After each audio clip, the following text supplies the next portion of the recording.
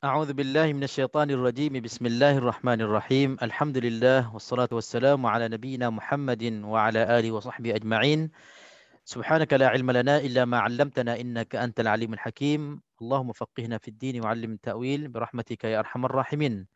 Assalamualaikum warahmatullahi taala wabarakatuh. Alhamdulillah, sekali lagi kita sambungkan pelajaran asas tajwid berbentuk rakaman online ini atas permintaan untuk melengkapkan siri-siri dan juga kelas-kelas online yang sedang berlangsung pada hari Rabu, setiap malam Rabu, setiap Rabu malam Khamis, kelas Zoom online, dan alhamdulillah dapat kita kongsikan kelas-kelas dengan secara online ini untuk mereka yang ingin menambah lagi ilmu dan juga menambah lagi pembelajaran berkenaan dengan asas dan juga basic ilmu tajwid.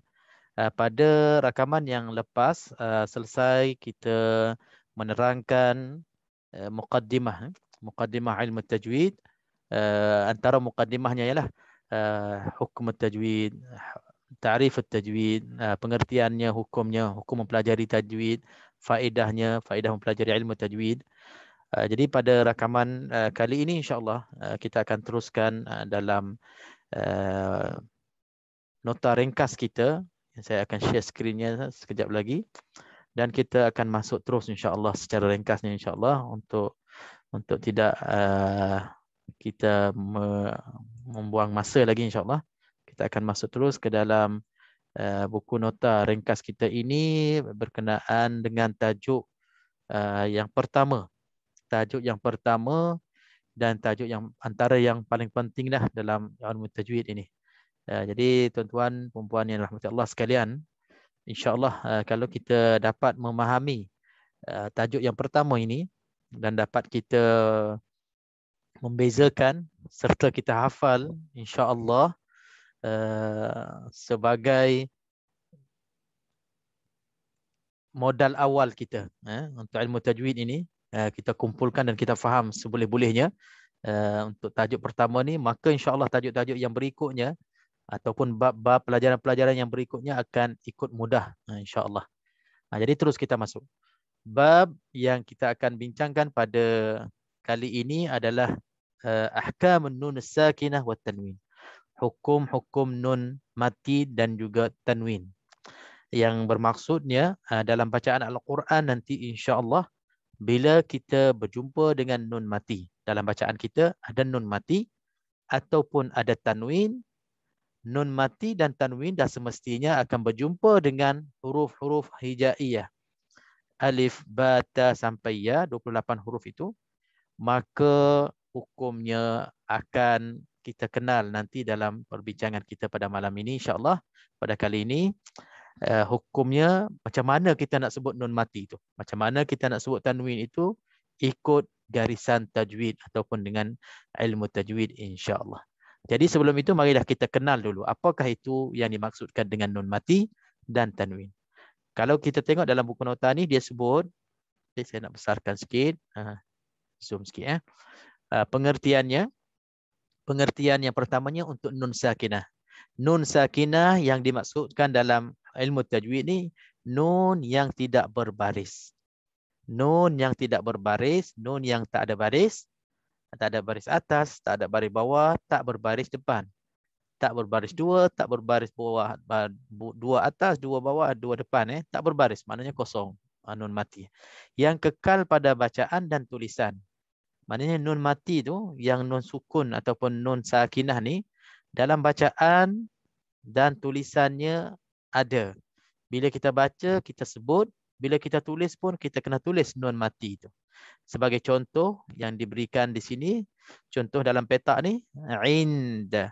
Perkataan inda. Kan ada kita, kalau kita tengok di sini, nun ni, ada nun mati. Okay, nun mati. Dan kita kena baca nun mati tu. Kita kena baca nun mati. Okay. Kita kena baca nun mati dan juga kita kena tulis. Dalam tulisan kita pun nak kena tulis nun mati. dan juga nun sakinah tadi. Okey.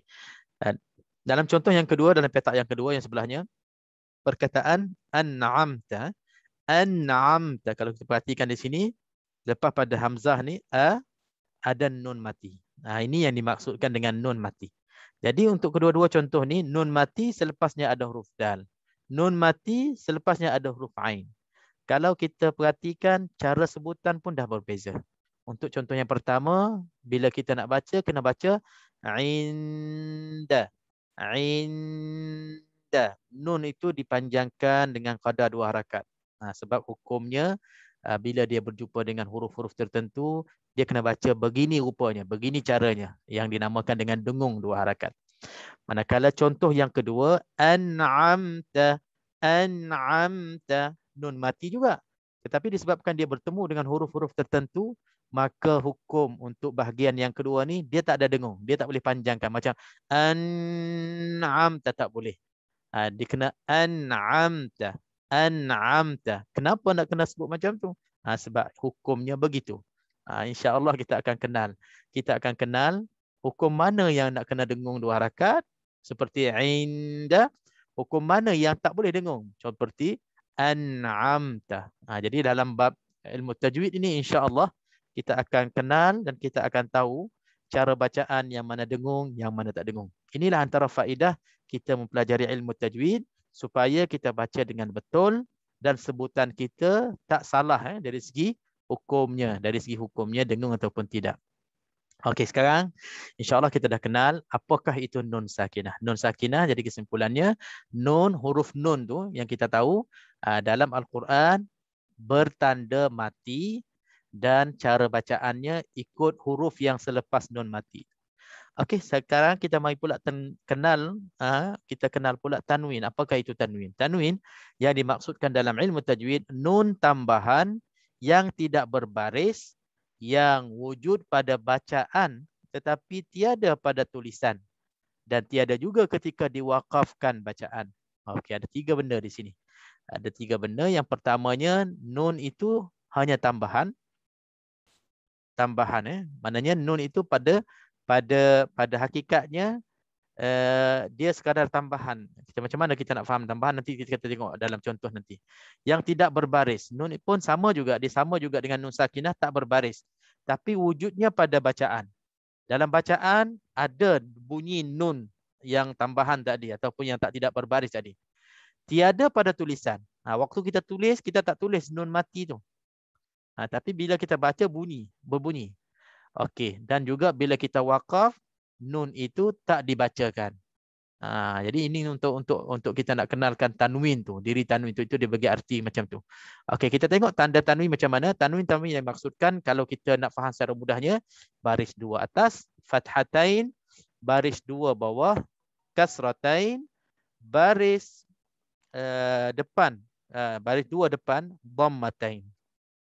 Fathatain, kasratain, dhammatain. Okey, contohnya dalam petak ni, ghaniyun hamid. Ghaniyun, ini untuk dhammatain, yun.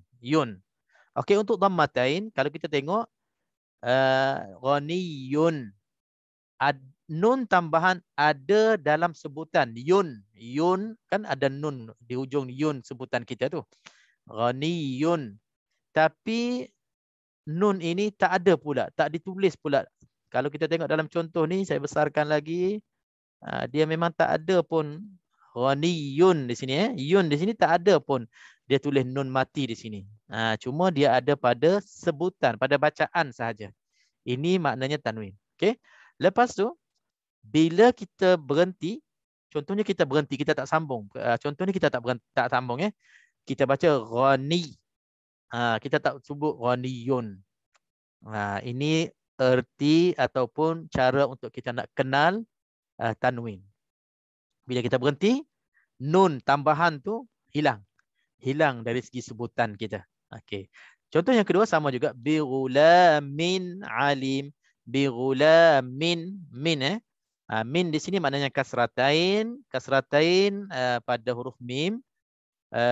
Bila kita sebut sambung, dia ada nun tambahan tu. Nun dalam tanwin tu ada. Bighulamin alim. Min alim. Ada min alim. Ada nun di dalam tanwin itu. Begitu juga dalam wasi'an hakima. Contoh yang ketiga, wasi'an, ada tanwin dan juga ada nun dalam tanwin itu. Ketika kita wasal, sambung, wasi'an hakima. Tapi kalau kita berhenti, contohnya hakima, yang hujung tu sama juga tu. Hakiman, disebabkan kita berhenti, kita tak perlu baca nun. Tak perlu bunyikan nun tambahan yang ada di dalam tanwin tu. Itulah lebih kurang tanwin. Untuk kita kenal tanwin. Okay, secara mudahnya, bila dalam bacaan kita nanti, kalau ada nun mati ataupun tanwin, selepasnya huruf-huruf yang akan berjumpa dengan nun mati dan tanwin ini, maka kita akan baca ikut hukum-hukum itu. Dia akan terbahagi kepada beberapa bahagian. Yang insyaAllah kita akan sambung selepas ini. Apa bahagiannya dan macam mana nak bacanya. Dengung ke tak dengung, panjang ke tak panjang, ikut bahagian yang di bawah ini insya-Allah. Okey, jadi mula-mulanya pastikan kita dah kenal betul-betul nun mati macam mana dan juga tanwin macam mana. Yang saya nak tekan, nun mati insya-Allah tak ada masalah, mungkin mudah kita cam huruf nun yang tak berbaris atas bawah depan. Tapi yang tanwin tu yang saya nak kena ingatkan juga supaya kita lebih faham bab tanwin ini. Tanwin kalau dari segi tandanya, pecaman dia, huruf yang ada baris dua atas, huruf yang ada baris bawah dua, huruf yang ada baris di depan dua. Fathatain, dhammatain, kasratain, itu tanwin. Tapi yang kita nak faham lagi, hakikat tanwin itu, di dalam tanwin sama ada fathatain, ataupun kasratain, ataupun dhammatain. Baris atas dua, baris bawah dua, baris depan dua. Dalam dengung tu, dalam tanwin tu, ada nun mati. Maknanya tanwin tu sebenarnya hakikatnya sama juga dengan nun mati. Tetapi hanya sebut sahaja nun mati, tak dituliskan dalam tulisan. So, kita cari dalam tulisan, mana nun mati tak jumpa. InsyaAllah dia akan terbina satu hukum dalam ini, dalam bab tanwin ini. Akan datang insyaAllah kita akan lebih tahu insyaAllah. Apabila tanwin bertemu dengan hamzah wasal, kita kena tambah nun bagi bawah. Datang mananya ni bagi bawah tu. InsyaAllah kita akan terangkan dalam contoh-contoh akan datang insyaAllah dalam babnya insyaAllah. Okey, jadi peringkat awal ni ataupun mukadimah hukum nun mati dan tanwin ini kita mulakan dan kita fokuskan hukum-hukum yang awal-awal ni supaya kita lebih faham, lebih jelas dan dapat kita hafal untuk kita dapat membezakan dengan hukum-hukum yang berikutnya insyaAllah. Okey, seterusnya kita akan masuk terus dalam bahagian hukum-hukum di bawah tajuk besar iaitulah nun mati dan tanwin. Nun sakinah dan tanwin ataupun tanwin. Hukum nun sakinah dan tanwin ini terbahagi kepada 5 jenis. Okey. Hukum nun sakinah dan tanwin terbahagi kepada 5 hukum, 5 jenis 5 hukum. Jadi bila ada nun mati ataupun tanwin dalam Quran, maka dia tak lebih daripada 5 hukum ni. 5 hukum ini sahaja. Nun mati bertemu dengan alif, nun dengan hamzah, nun mati bertemu dengan ba, tanwin bertemu dengan ta, tanwin bertemu dengan ya. Contohnya, mana-mana huruf lah. Dia tak lari daripada 5 hukum yang kita akan belajar satu persatu ni insya-Allah. Okey, terus kita masuk. Hukum pertama iaitulah izhar halqi. Izhar halqi. Hukum pertama izhar halqi. Nama hukum jadi kita nak kena hafal dari sekarang lah. Kita biasakan kita izhar halqi. Sebut izhar halqi bagi mudah. Sebab ya kadang-kadang kita nak sebut mudah-mudah aja, nak sebut cepat-cepat, kadang-kadang bertukar-tukar juga sebab istilahnya semua istilah bahasa Arab. Kan, kalau bagi yang tak biasa selalu sebut tu, kadang-kadang takut susah nak sebut ataupun bertukar dengan hukum-hukum lain. Jadi tak apa, kita cuba biasakan diri kita. Sebut je. Peringkat awal ni mungkin susah-susah nak sebut, tapi lama-lama nanti insya-Allah dia akan jadi mudah. Okey, yang pertamanya izhar halqi. Izhar halqi. Kita tengok makna dia dulu. Ma makna izhar halqi? Apakah makna izhar halqi? Apakah yang dimaksudkan dengan izhar halqi? Macam mana kita nak kenal izhar halqi? Okey, kita tengok di sini. Dari segi bahasa, izhar bererti nyata dan terang. Izhar ni maknanya nyata dan terang. Dalam bahasa Arab, kalau sebutnya izhar, maknanya perkara tu, benda tu nyata dan terang. Perkara tu nyata dan terang. Dalam istilah ilmu tajwid pula, maksud izhar, maknanya izhar halqi bermaksud kita menzahirkan, kita menyatakan bunyi nun sakinah atau tanwin. Kita nak nyatakan, kita nak bagi terang, bagi jelas bunyi nun mati ataupun tanwin tu. Okey, yang mana? Yang bertemu dengan salah satu daripada huruf-huruf halqi yang 6. Okey. Jadi nun mati ataupun tanwin kalau bertemu dengan huruf-huruf halqi yang kita akan sebut sebentar nanti, maka kita kena nyatakan bunyi nun mati ataupun tanwin itu dalam bacaan kita. Barulah terlaksananya hukum izhar halqi ini. Okey, mana huruf 6 tadi? Hamzah, ghin, ha, kha, ain, ha. Okey, hamzah, ghin, ha, kha, ain, ha. Ha besar, ha ada. Okey. Jadi kita dah mula dah. Dah mula kita mula sebut, biasakan sebut nama hukum izhar halqi. Okey, insya-Allah. Dan kita mula juga untuk cuba menghafal 6 huruf ni. Penting sangat kita mula dengan menghafal. Kita maknanya huruf 6 ni untuk izhar, khas untuk izhar halqi. Kalau nun mati ataupun tanwin bertemu salah satu huruf ni, maka hukumnya izhar halqi. Itu kita nak kena biasakan diri dari sekarang untuk kita faham, hafal, ingat, barulah dalam bacaan kita jumpa je terus kita kenal. Ini izhar halqi. Ini izhar halqi. Baru kenal. Kita kenal dengan mudah tu, barulah kita tahu macam mana nak baca. Cara nak baca pula. Nanti kita akan sebut nanti. Okey. Okey, di sini ulama memudahkan ilmu tajwid ni, ulama ilmu tajwid ni memudahkan untuk kita nak hafal. Kalau tidak nak sebut hamzah, ghin, kha, ha, ain, ha kan, nak cari itu agak susah. Jadi di sini ada cara yang mudah. Dalam satu kata ataupun dalam satu ayat dihimpunkan huruf-huruf ini yang berbunyi aghin kha'ahu. Bunyinya aghin kha'ahu. Okey, aghin kha'ahu. Disebutkan di sini. Okey, jadi kita boleh hafal aghin kha'ahu ni sebagai sebagai apa? Sebagai ingatan kita boleh hafal hafazan untuk kita membezakan dengan huruf-huruf lain, insya-Allah. Dengan huruf-huruf lain kita boleh bezakan dengan huruf-huruf lain. Aghin kha'ahu. Bila kita sebut aghin kha'ahu dan kita boleh hafal aghin kha'ahu, kita akan senang untuk kita nak kenal dan kita nak confirmkan ayat ini, kalimah ini hukumnya izhar halqi. Sebab apa? Sebab nun mati bertemu dengan ha. Sebab apa? Tanwin bertemu dengan hamzah. Sebab apa? Nun mati bertemu dengan ain, contohnya kan. Jadi bila kita dah tahu hukum, dah tahu huruf, maka kita dah tak bertukar lagi dengan hukum lain, insya-Allah. Okey, kita tengok contoh dulu. Di sini banyak contoh dia bawa untuk izhar halqi. Okey, contoh bahagian tanwin pun ada, contoh bahagian nun sakinah pun ada, nun mati. Kalau kita perhatikan, tanwin ini semuanya dalam dua perkataan. Pertemuan, berlakunya pertemuan antara tanwin dengan huruf-huruf izhar ini dalam dua perkataan. Manakala dalam contoh dalam bahagian nun sakinah ini, kalau kita perhatikan, ada yang dua perkataan, ada yang satu perkataan. Okey, nun mati dengan hamzah, dua perkataan. Yang nun mati dengan hamzah dalam bahagian ini pula, yang sebelah dia ni adalah dalam satu perkataan.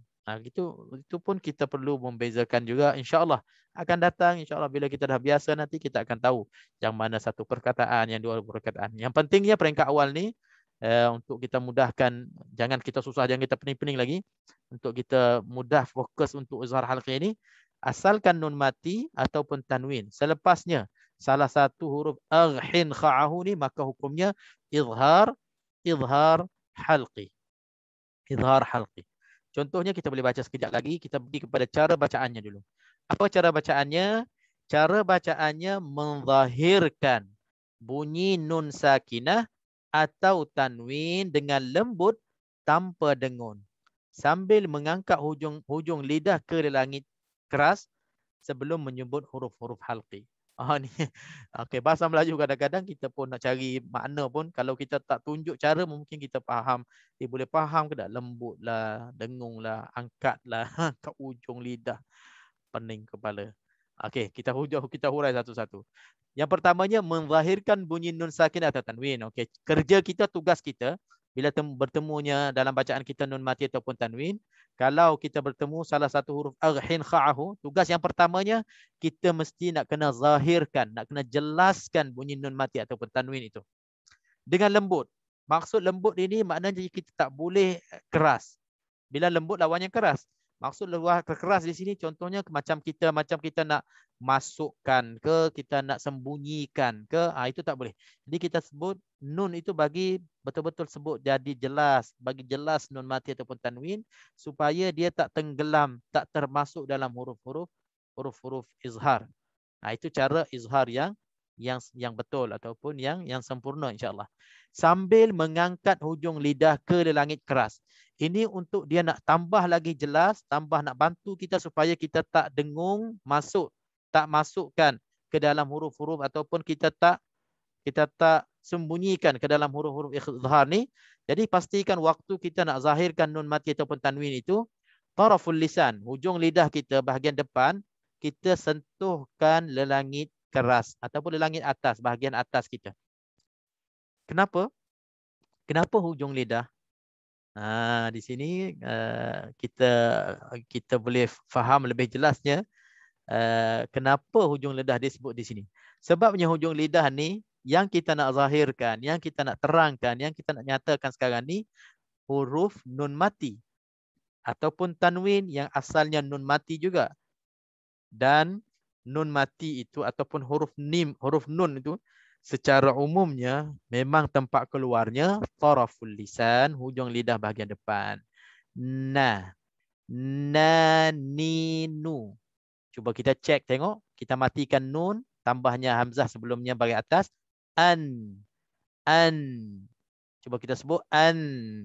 Hujung lidah kita yang last kali sebut tu, hujung lidah, kedudukan hujung lidah di mana? An, kan terangkat sentuh lelangit atas kan? An. Okey, bila kita sebut, bila kedudukan lidah kita ini tersentuhnya lelangit, maknanya zahirnya, jelasnya nun mati tadi. Inilah cara kita nak sebutkan izhar itu, izhar halqi. Mesti kita nak kena jelaskan dengan cara tadi, tak dengung, sebutan tu lembut, tak kita keras masuk ke dalam huruf yang berikutnya, dan juga pastikan kedudukan lidah kita tersentuh dengan lelangit atas. Maka hukum izhar itu sempurna kita laksanakan. Okey, kita kembali kepada contoh dan cuba kita buat apa yang dijelaskan dalam cara bacaan tadi. Okey, kita ambil contoh yang pertama. Contohnya berbunyi azabun alim. Azabun alim. Okey, kalau kita perhatikan di sini tanwin bertemu dengan hamzah. Okey, tanwin bertemu dengan hamzah, maka hukumnya izhar halqi. Izhar halqi, cara bacaannya macam tadi kita sebut tadi, tak dengung.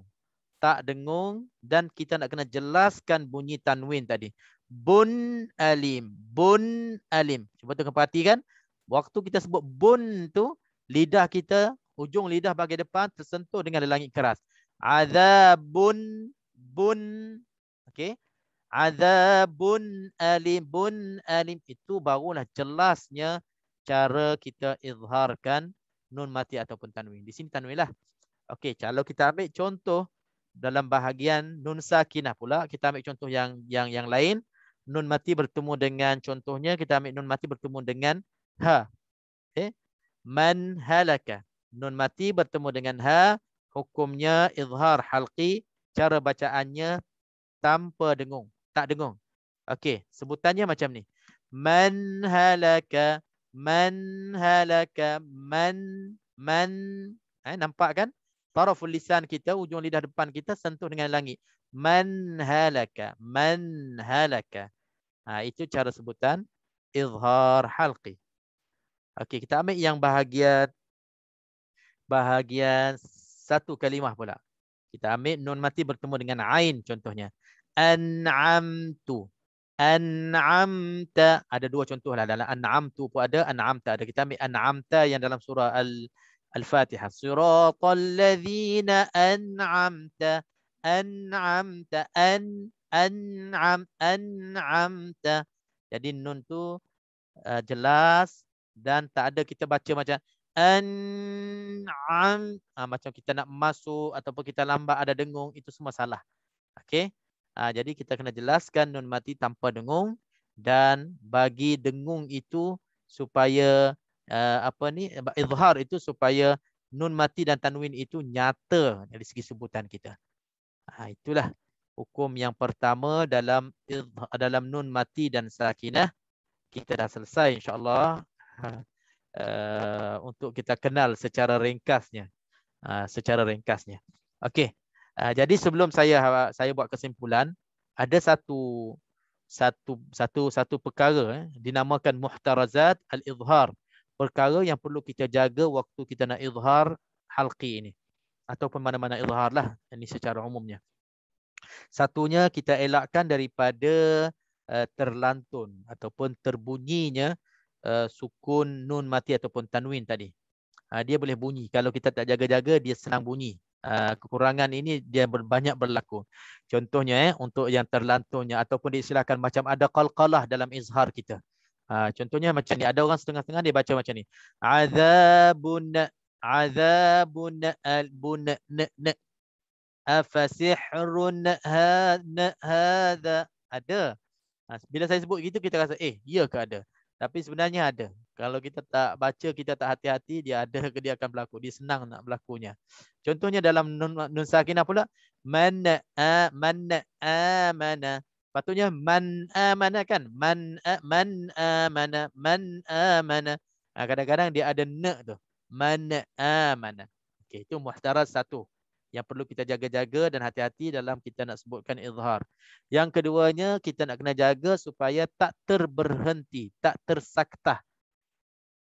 Disebabkan kita nak jelaskan betul-betul izhar ni, ataupun kita nak nyatakan huruf izhar, kadang-kadang kita macam terberhenti. Contohnya, azabun alim, azabun alim. Kita nak nyata betul-betul ni, nak nyatakan tanwin, nak nyatakan huruf izhar, tiba-tibanya kita terberhenti sakta, itu pun tak boleh. Jadi dua perkara ni nak kena jaga. Jangan terlantun suara, terqalqalah dalam izhar kita. Yang keduanya, jangan kita terberhenti ataupun tersaktah dalam kita nak izharkan nun mati ataupun tanwin. Okey. Tadi saya terlepas satu, izhar halqi. Kenapa disebutkan izhar halqi? Izhar tu nyatakan. Halqi ni sebabnya kesemua 6 huruf untuk izhar halqi ni, hamzah, ghain, ha, kha, ain, ha, semuanya tempat keluar dari halqum. Sebab itu namanya izhar halqi. Izhar halqi. Jadi sebagai kesimpulannya untuk kita faham secara mudahnya, hukum yang pertama dalam nun sakinah dan tanwin ni adalah satunya kita nak kena nyatakan izhar tu. Bila sebutnya izhar, kita kena nyatakan nun mati dan tanwin. Yang keduanya, kesimpulannya secara mudahnya, kita nak kena faham izhar ini nun mati ataupun tanwin bertemu salah satu 6 huruf yang senang kita nak hafal dalam ayat yang berbunyi aghin kha'ahu. Aghin kha'ahu. Okey, itu yang kedua. Yang ketiganya, untuk kita senang faham bab izhar halqi ni, jadi kalau nun mati ataupun tanwin bertemu salah satu alif, hamzah, ghain, ha, kha, ain, ha ataupun aghin kha'ahu ni, maka cara bacaan kitanya mesti kita nak kena jelaskan nun mati ataupun tanwin dan jangan kita keras sampai ada dengung ataupun termasuk dalam huruf izhar ni, dan juga kita nak kena pastikan kedudukan lidah kita tersentuh langit atas kita. Itu cara untuk kita baca izhar halqi dengan betul. Insya-Allah. Itu sahaja yang saya dapat perjelaskan dalam bab izhar halqi dan hukum pertama, yang insya-Allah kita akan rasa mudah sebab ini baru hukum pertama kita belajar insya-Allah. Tapi itulah kaedahnya untuk kita nak menguasai ilmu tajwid ni mesti kita nak kena hafal sikit.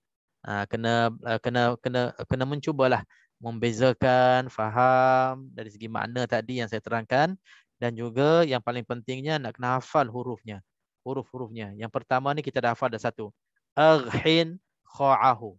Aghin kha'ahu. Terang, ulang sebab dia kadang-kadang susah juga ni. Semua hukum huruf ni nak kena beza-bezakan tempat keluarnya. Semua daripada halkum belakang ni. Aghin kha'ahu. Bunyinya aghin kha'ahu. Bila sebutnya macam ni kita dah tahu dah ini untuk izhar halqi dah. Huruf-huruf ni 6 huruf dalam aghin kha'ahu ni khas untuk huruf izhar halqi. Bila nun mati ataupun tanwin dalam bacaan Al-Quran kita bertemu salah satu huruf ni izhar halqi dah ni. Dah tak ada hukum lain dah. Baca bacaannya tak boleh dengung. Terangkan dan nyatakan huruf nun mati ataupun tanwin itu. Okey, setakat ini saja. Mudah-mudahan apa yang saya perjelaskan, kongsikan bertambah jelas, bertambah manfaat untuk kita, bertambah nyata bagi kita insya-Allah sebagaimana kita belajar izhar ini, insya-Allah nyata dan terang bagi kita dalam bab ilmu tajwid ini secara keseluruhan insya-Allah akan datang, dan dapatlah kita baca Al-Quran dengan baik, dengan sempurna, dan juga kita mencuba baca seperti mana diturunkan ke atas Nabi Muhammad sallallahu alaihi wasallam. Sama-sama kita usaha, sama-sama kita mencuba. Insya-Allah satu hari nanti kita akan mencapai satu martabah ataupun satu kedudukan membaca Al-Quran sebagai pembaca yang mahir membaca Al-Quran. Seorang yang mahir membaca Al-Quran dengan segala hukum-hukum tajwidnya yang sempurna insya-Allah. Waffaqanillahu wa iyyakum lima yuhibbu wa yardah. Marilah sama-sama kita tutup majlis kita dan kelas kita dengan doa tasbih kafaratul majlis. Subhanakallahumma bihamdik asyhadu an la ilaha illa anta astaghfiruka wa atubu ilaik. Assalamualaikum warahmatullahi taala wabarakatuh.